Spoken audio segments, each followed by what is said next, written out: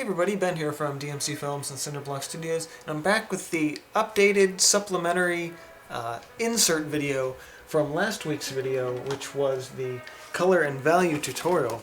Now last week I did this really great series of value scales, however I forgot to record the green section and the purple section, and those two value scales I'll be doing today in this video. So my materials today are going to be a little bit of water.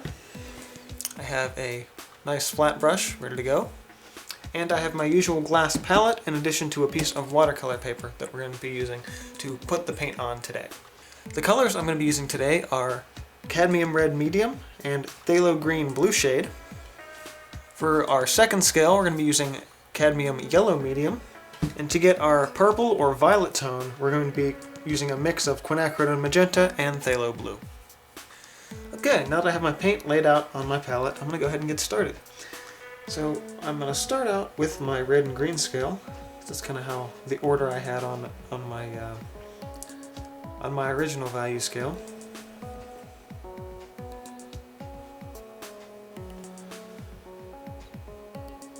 So we start with the red, clean our brush in between, and go for the green. We want these two colors on either side to be pure. And if you're watching this and have not seen last week's color video, go ahead and check that out now by clicking the annotation right here on the piece of paper. In the meantime, I'll clean out the rest of the green on this brush, or at least most of it anyway. If you check the value scale from last time around, you notice that they're black here is our dark and the white is our light, and each color going on down, it's actually reversed from here, but light, light, light, and dark, dark, dark. But of course all of that is explained much more in the original color video, be sure to check that out. So starting with our red, we're going to slowly add little pieces of green to it to start to change the color. Our first shade creates a nice deep red.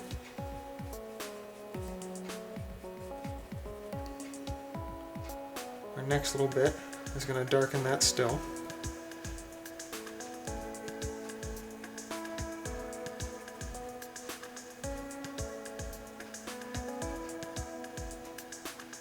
Get a little bit of water. A little more green. And as we mix two opposite colors together, eventually in the center you're going to get a color that kind of resembles brown. That's pretty close. I actually want to add a little bit more red to that. This one's not quite there yet. There we go. And a red, green, brown.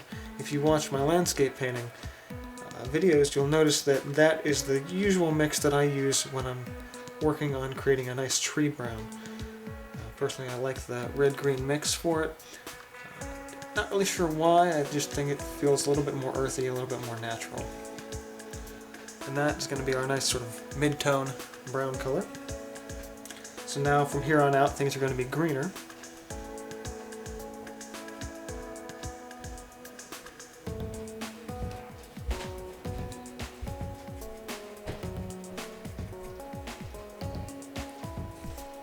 A little more green.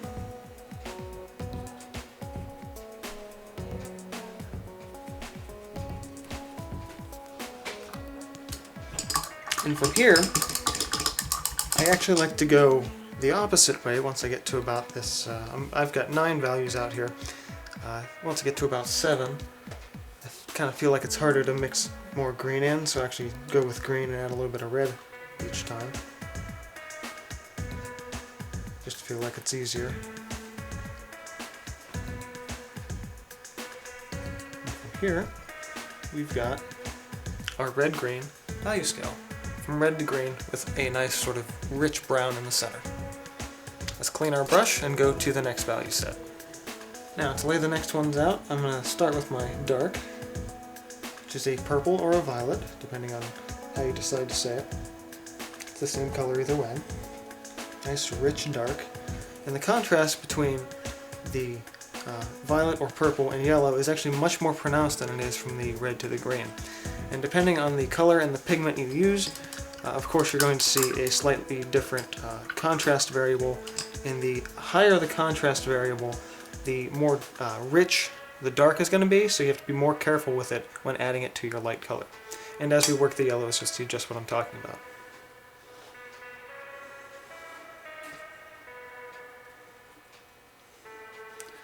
So, and the reason I started with the purple is because I'll have yellow on my brush already. I won't have to clean it in between mixes. And so with that yellow, I can slowly start mixing in the purple color. And I'm just going to grab a tiny little bit on the tip of the brush, because it's all you're going to need for that immediate first color shift.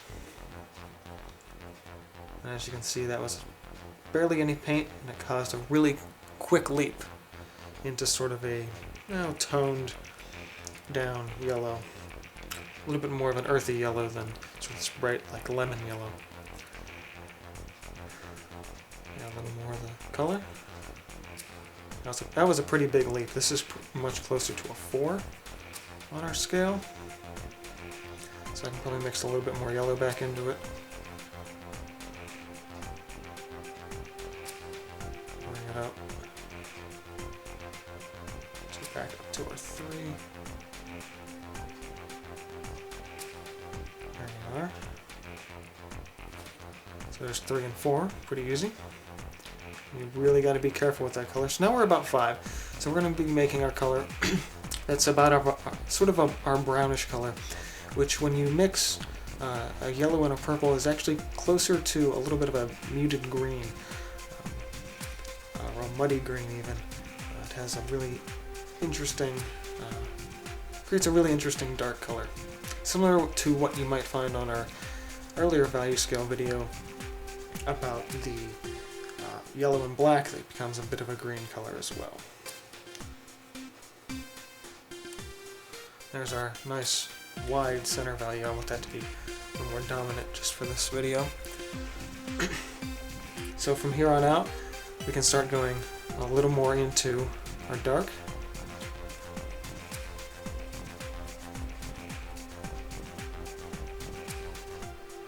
A little more.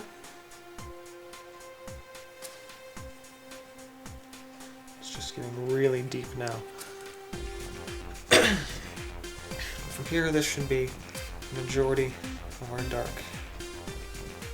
That's just a little bit of that yellow remaining.